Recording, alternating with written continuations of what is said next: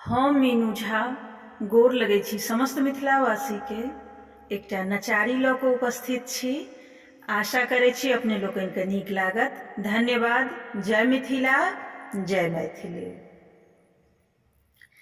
सखी जोगी एक ठाढ़ आंगनमा में, सखी जोगी एक ठाढ़ आंगनमा में, आंगनमा में है भवनमा में, आंगनमा में है भवनमा में, सखी जोगी एक ठाढ़ आंगनमा में, सखी जोगी एक ठाढ़। साँप ही साँप बाम दहिने छल, साँप ही साँप बाम दहिने छल, चित्र विचित्र बसनमा में, चित्र विचित्र बसनमा में, सखी जोगी एक ठाढ़ आंगनमा में, सखी जोगी एक ठाढ़ आंगनमा में।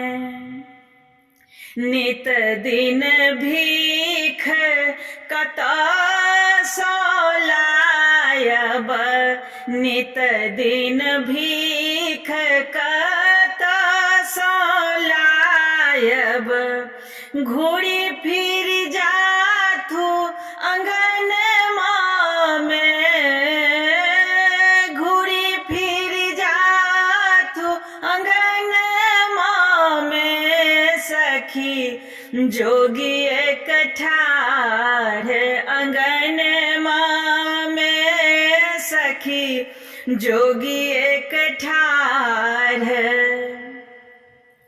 भीखो ने लई जोगी घूरियो ने जाई छै, भीखो ने लई छै जोगी घूरियो ने जाई छै, गौरी है निकलू आंगनमा में,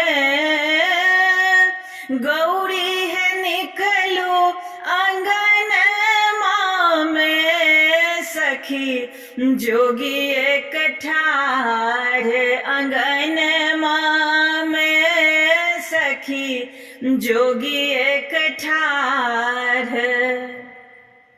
भनहि विद्यापति सुनु है मनाइन, भनहि विद्यापति सुनु है मनाइन, शिव सन दानी के भुवनमा में,